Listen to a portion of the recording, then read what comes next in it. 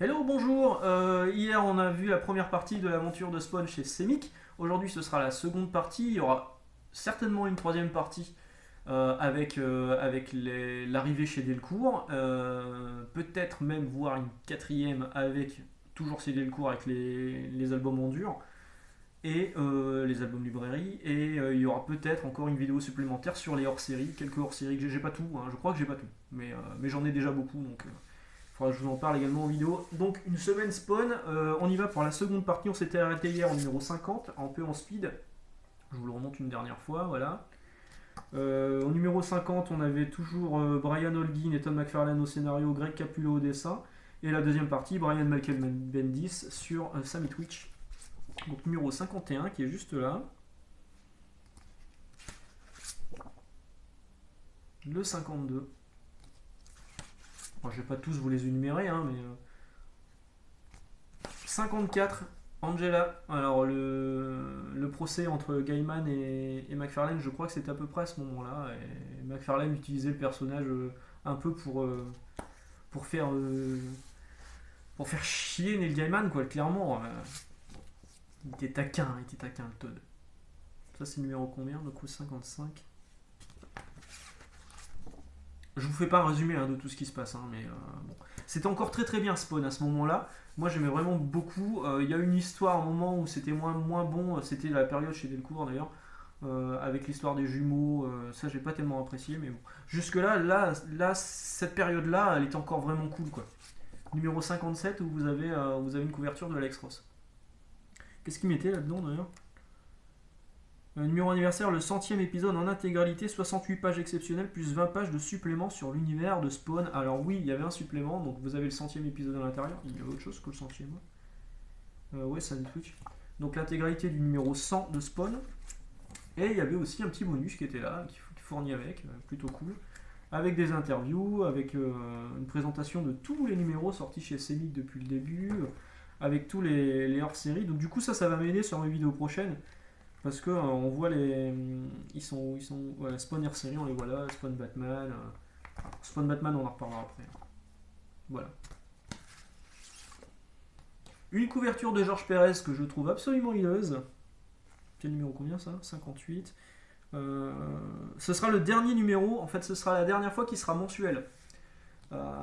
Jusque-là, c'était mensuel. Là, ils avaient rattrapé du coup l'édition américaine. Et la solution pour rester en mensuel, c'était de faire un épisode de Spawn, un épisode de Sam et Twitch. Je vous l'avais expliqué dans les vidéos précédentes. Là, Sam et Twitch, ils vont arrêter. A priori, ça a gueulé dans les courriers des lecteurs en disant non, non, nous, on veut de Spawn, on veut pas de machin. Donc ils repassent sur du mensuel du bimestriel pardon, à partir du numéro 59 avec les numéros 102 et 103 US à l'intérieur.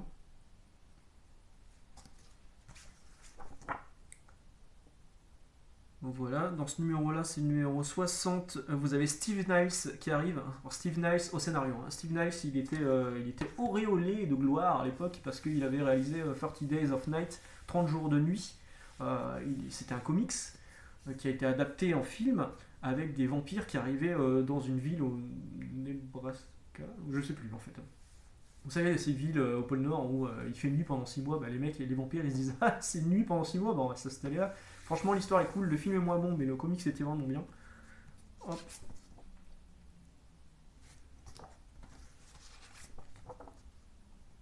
En plein milieu d'un arc, Steve Niles s'est dégagé. Je sais pas ce qui s'est passé. Alors, Todd McFarlane, il doit pas être facile à bosser, hein, parce que c'est pareil, vous le verrez sur une prochaine vidéo. Il y a un moment, les dessinateurs se sont succédés. Je pense que il doit vraiment pas être facile en tant que patron. Du coup, les dessinateurs restent pas en fait. C'est pas Capullo, il est resté un moment, Medina, il est resté un moment aussi, Dwayne Turner sera resté aussi également. Alors à partir du numéro 64 et 65, il y a un léger décalage. Donc celui-ci il sort en février et celui-ci au lieu de sortir en avril, il sort en mai, il y a un décalage d'un mois. Semic explique qu'en fait on est trop proche de la parution américaine. Du coup ils veulent se laisser le temps de souffler un petit peu. Et ils envisagent même de mettre un seul épisode inédit et en deuxième partie de mettre une réédition des premiers épisodes de Spawn. Non, non, non, ça s'est pas fait. Je vous rassure, ça s'est pas fait. Du coup, le numéro suivant, 66, c'est pas du tout la série Spawn, c'est le crossover avec Batman, mais pas la partie scénarisée par Frank Miller et dessinée par Todd McFarlane, mais la partie publiée par DC Comics et pas par Image. Du coup, au scénario, on a 3 scénaristes. On a Doug Moench, Chuck Dixon et Alan Grant. Et au dessin, on a Klaus Johnson. Alors, Klaus Johnson, c'est sympa, mais c'est pas McFarlane, c'est sympa, mais voilà, sans plus, quoi.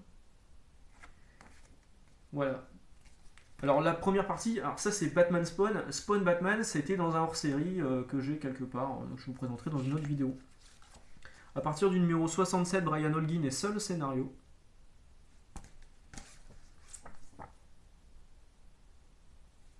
Au numéro 69, celui-ci c'est un numéro spécial, 64 pages anniversaire.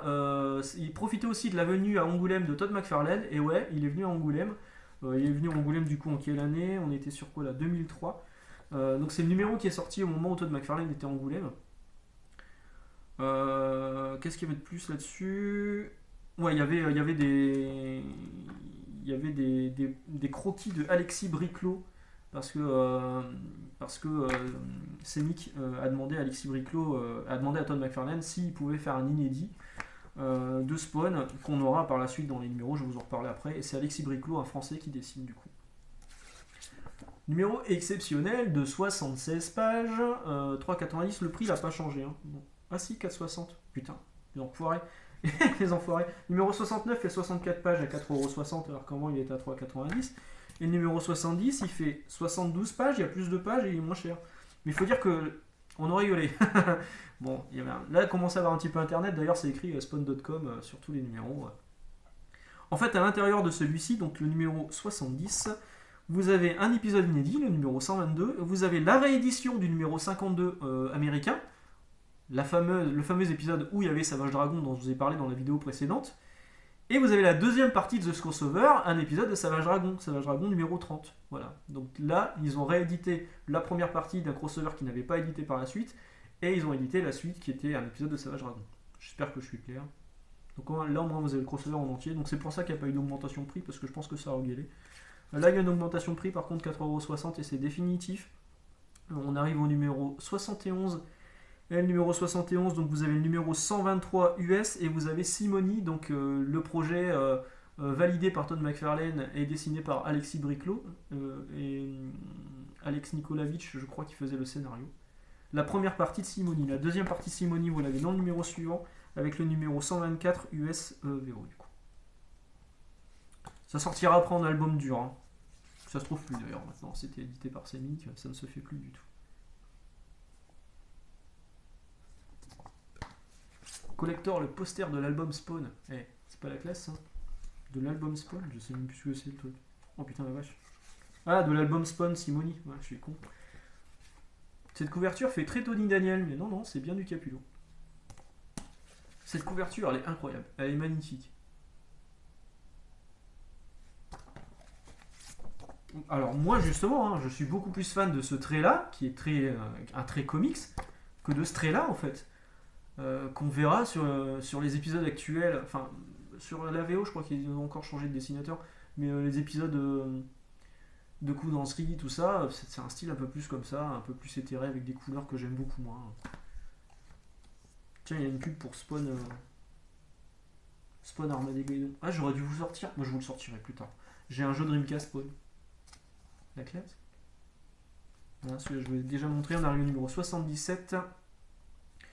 Numéro 78 avec Exclusive Spawn Architects of Fear poster en avant-première qui était le deuxième projet de Alexis Briclot sur Spawn. Celui-là je crois que je l'ai pas en fait parce que Simony j'avais pas apprécié plus que ça. Ouais, ça c'est Alexis Briclot.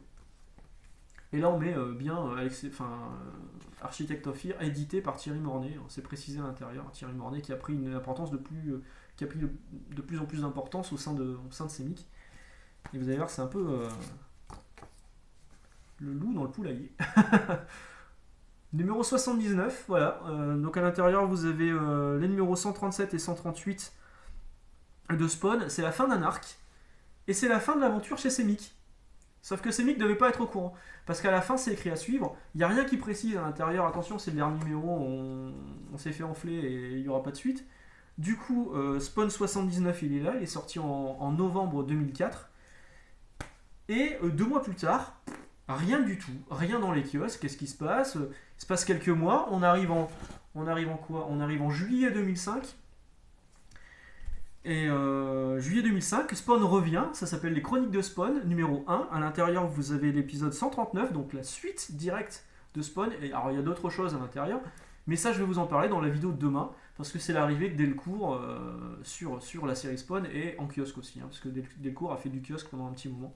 Donc, le dernier numéro de Spawn chez Semic, c'est bien celui-ci, avec un gros poster de Greg Capullo, là. Voilà.